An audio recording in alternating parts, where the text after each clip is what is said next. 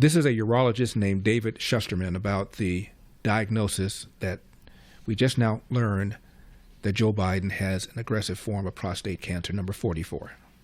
It's very unlikely that someone could get annual checkups and not notice a PSA elevation over the past, but this is what I typically would see in a VA hospital, where a patient hasn't had medical attention in 10 years, presents to an emergency room with bone pain, and then they find that it's metastatic prostate cancer.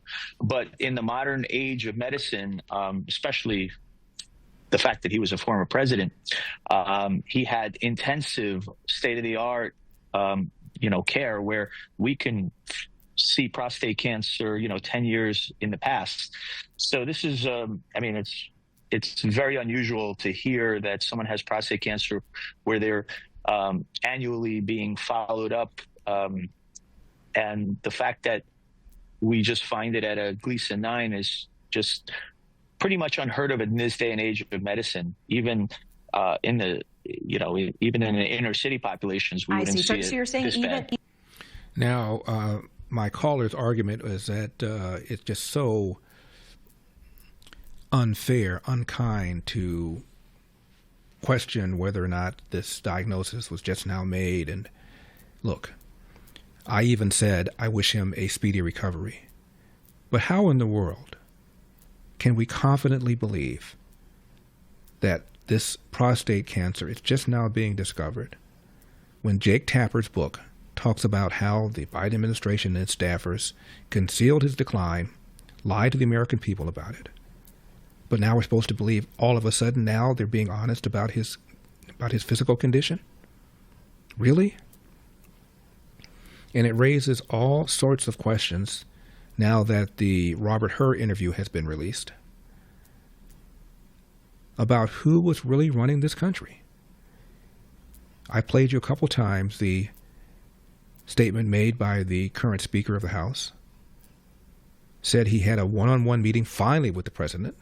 A bunch of aides were around. And he said, Mr. President, can I just talk to you privately? And Biden dismissed everybody. They were horrified that Biden would be privately talking to Speaker Johnson. And he says, I want to please explain to me why you signed this executive order banning the export of LNG. Oh, I didn't do that. Mr. President, yes, you did. No, I didn't. Mr. President, yes, you did. We can go to your secretary and she can print it for you. Yes, you did. Oh, I know what you mean. LNG. Well, I signed an executive order to study. No, you didn't, Mr. President. You signed an executive order to ban it. I know. I'm in Louisiana. And I've got constituents that no longer can export this stuff. And it occurred to me, said Johnson, he wasn't lying. He really didn't remember or didn't know that he signed it. Either way, whether he was forgetful or whether somebody else did it, it raises a question of who in the world was running this country. Who had the nuclear codes? Who was making all these decisions? And when you look at the 2020 election, he's campaigning from his basement. He's using COVID as an excuse. And even then, he couldn't read prompter. He kept making mistakes. He kept getting confused. He kept appearing confused. Back then. So it seems to me there are lots of questions that we ought to be considering, including whether or not some of these decisions that he made, particularly near the waning days, weeks, hours of his administration, were in fact made by him.